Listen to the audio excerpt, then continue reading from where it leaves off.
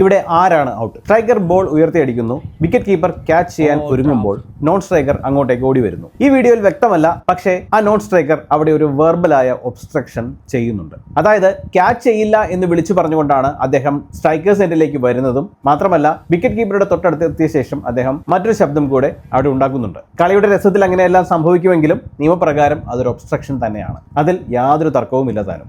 പക്ഷേ ഇവിടുത്തെ പ്രധാന പ്രശ്നം ഇവിടെ ആരാണ് ഔട്ട് എന്നതാണ്. ഡിസ്ട്രാക്ട് ചെയ്ത ബാറ്ററല്ലേ അവിടെ ഔട്ടാവേണ്ടത് എന്നുള്ള സ്വാഭാവികമായ ഒരു സംശയം അവിടെ എന്തായാലും ഉണ്ടാവാം. ക്രിക്കറ്റ് നിയമം വളരെ ബ്രില്യൻ്റ് ആയാണ് ഇത് കൈകാര്യം ചെയ്തിരിക്കുന്നത്. അവിടെ ഡിസ്ട്രാക്ഷൻ സംഭവിച്ചപ്പോൾ ഫീൽഡിംഗ് ടീമിന് നഷ്ടമായത് ആ ബോൾ അടിച്ച സ്ട്രൈക്കറെ ഔട്ടാക്കാനുള്ള ഒരു അവസരമാണ്. സോ അവിടെ ആര് ഒബ്സ്ട്രക്ട് ചെയ്താലും അവിടെ ഔട്ടാവേണ്ടത് ആ സ്ട്രൈക്കറാണ്.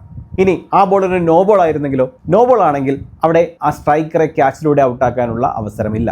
പക്ഷേ ഒരു ബാറ്റർ ഡിസ്ട്രാക്ട് ചെയ്തതിനുള്ള ശിക്ഷ അവിടെ കൊടുത്തേ പറ്റൂ. ഡിസ്ട്രാക്ഷൻ ഔട്ട് കൊടുക്കാൻ അവിടെ ഒരു ഔട്ടിന്റെ സാധ്യതയൊന്നും വേണമെന്നില്ല. അതുകൊണ്ട് ഏത് ബാറ്ററാണോ അവിടെ ഡിസ്ട്രാക്ട് ചെയ്യുന്നത് ആ ബാറ്ററാവും അവിടെ ഔട്ടാവുക. അതായത് ഇതൊരു നോ ബോൾ ആയിരുന്നെങ്കിൽ അവിടെ ആ ഡിസ്ട്രാക്ട് ചെയ്ത നോൺ സ്ട്രൈക്കർ ആയിരിക്കും ഔട്ടാവേണ്ടത്. നോ ബോൾ അല്ലാത്തത് കൊണ്ട് ഇവിടെ ആ സ്ട്രൈക്കർ തന്നെയാണ് ഔട്ട്. ഈ മാച്ച് നിയന്ത്രിച്ചത് Kerala state panel umpire Rohit വിജയനും ഡിസ്ട്രിക്ട് പാനൽ അമ്പയർ കൃഷ്ണപ്രസാദും ചേർന്നാണ്. പൂർണ്ണമായും ശരിയായ ഒരു തീരുമാനമായിരുന്നു അവർ കൈക്കൊണ്ടത്.